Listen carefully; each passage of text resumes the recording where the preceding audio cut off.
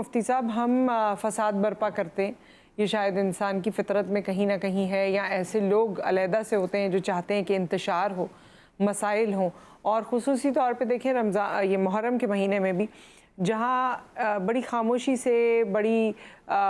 محبت سے عزاداری ہو رہی ہوتی ہے، اپنے اپنے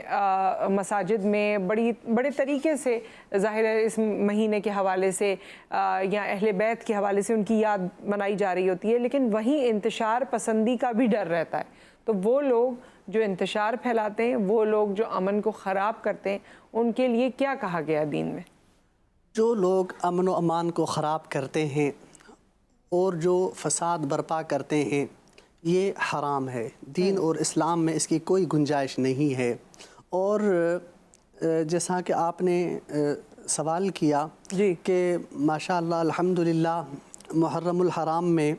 حضور صلی اللہ علیہ وسلم سے عشق، اہل بیت سے محبت اور حسنین کریمین رضوان اللہ عنہم اجمعین سے محبت، اہل بیت سے محبت، یہ ایمان کا حصہ ہے، یہ ایمان کا حصہ ہے۔ تو اسی ضمن میں عرض کرنا چاہتا ہوں کہ حضرت امام حسین رضی اللہ تعالی عنہ کون ہستی ہیں؟ جی، حضرت امام حسین رضی اللہ تعالی عنہ کی فضیلت کیا ہے، ہم انہی کو بیان کریں تو اس کے لیے بہت کافی وقت چاہیے۔ مختصراً میں کچھ عرض کرنا چاہتا ہوں کہ حضرت امام حسین رضی اللہ تعالی عنہ کی اپنی ہی شان، وہ نواسے رسول ہیں اور خاتون جنت کے لخت جگر ہیں،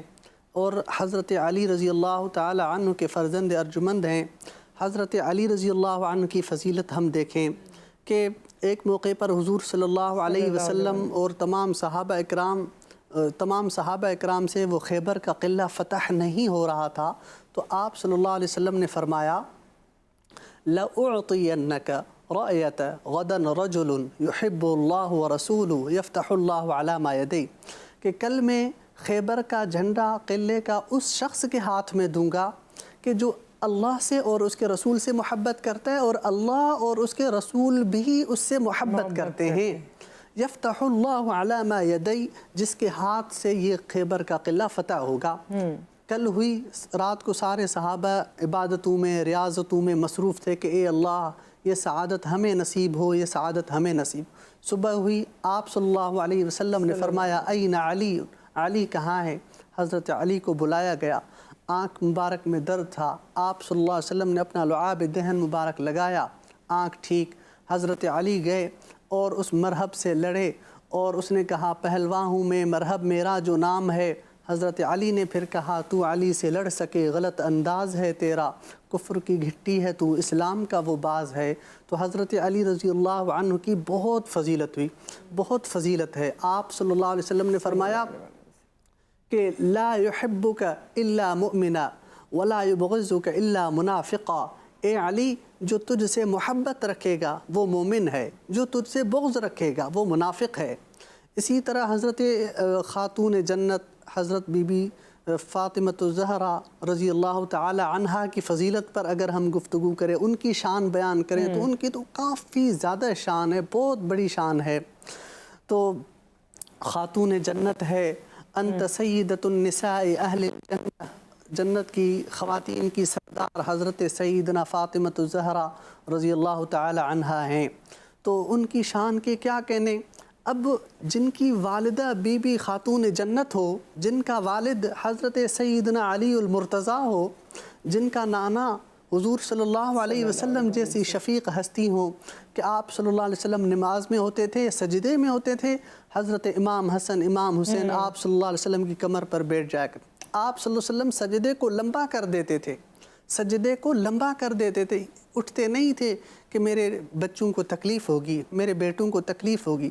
آپ صلی اللہ علیہ وسلم جاتے تھے تو اپنے کندھوں مبارکوں پہ حضرت امام حسن امام حسین کو بٹھا کر عیدگاہ کی طرف لے جایا کرتے تھے، چھوٹے چھوٹے بچے تھے۔ آپ صلی اللہ علیہ وسلم کو بہت عشق تھا، محبت تھا، اور صحابہ اکرام کو بھی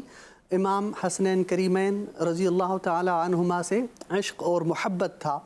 کہ حضرت ایک بار حضرت عبداللہ ابن عمر رضی اللہ عنہ، حضرت عمر کے بیٹے، وہ حضرت عمر رضی اللہ عنہ کے پاس مال غنیمت آیا، مال غنیمت آتا تھا تو امیر المومنین وہ تقسیم کرتے تھے۔ تو حضرت عمر رضی اللہ تعالی عنہ نے زیادہ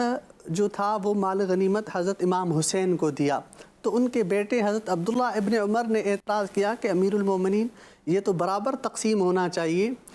یا تو مجھے زیادہ ملنا چاہیے مال غنیمت، یا اس طرح کی بات کی۔ حضرت عمر رضی اللہ عنہ نے ان کو چپ کروا کہ خبردار،